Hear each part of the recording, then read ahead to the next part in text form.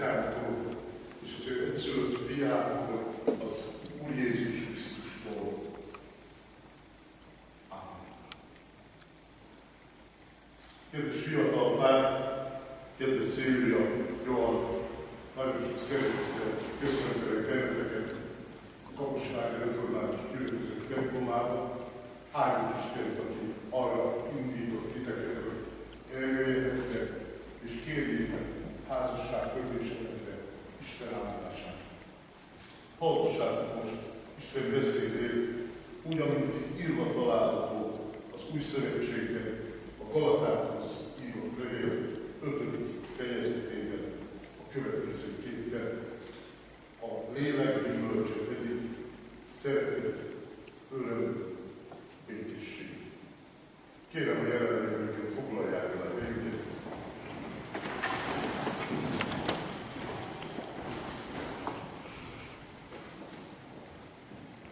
Kedves Szilvia, kedves Johan, Isten hozott benneteket Kaposvári Református templomban.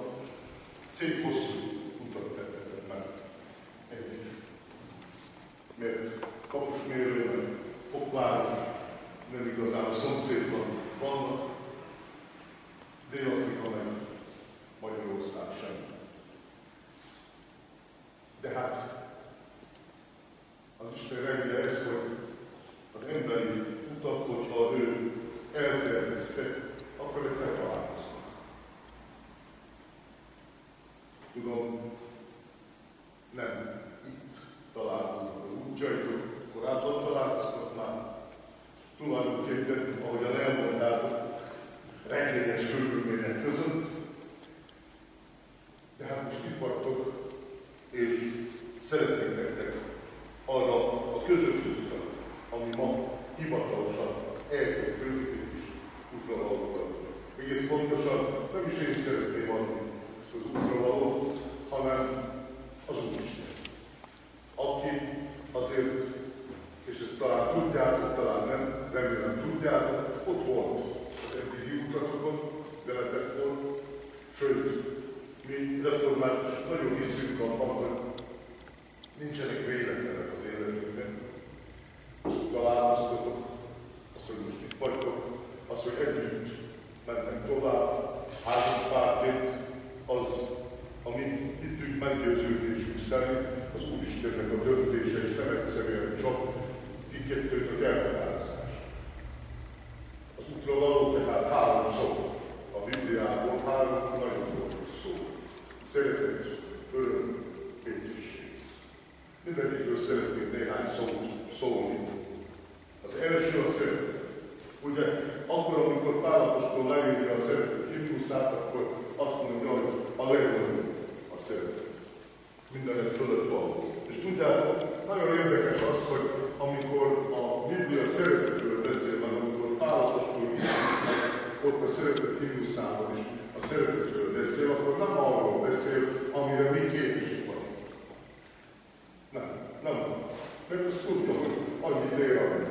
Egyik pillanatban nagyon szeretünk valamit, a másik pillanatban nagyon tudunk gyűlölni valamit. Ugyanaz történik. A szeretet szava itt is, ezen a bibliai helyen is, és sokszor újra az Új Szövetségben, őserdetileg mindig az Istenek szeretetére vonatkozó görög világ. Ahogyan az Isten tud szeretni. És az Új Szövetségnek, a Bibliának az a fantasztikus üzenete, hogy az Úristen az nem egy féltékeny Isten, nem olyan, mint a görög istenek, akik próbálják visszatartani mindazt, ami az övék, nehogy az ember kezébe jusson. Az Úristen nem egy féltékeny Isten, hanem oda ajándékozza neki a szeretet. Akkor tehát, amikor szeretetről beszélünk, akkor arról a szeretetről szólunk, ami az Istenből van, és ami csodálatos módon milyen emberké lett, és amivel szeretni tudjuk egymást.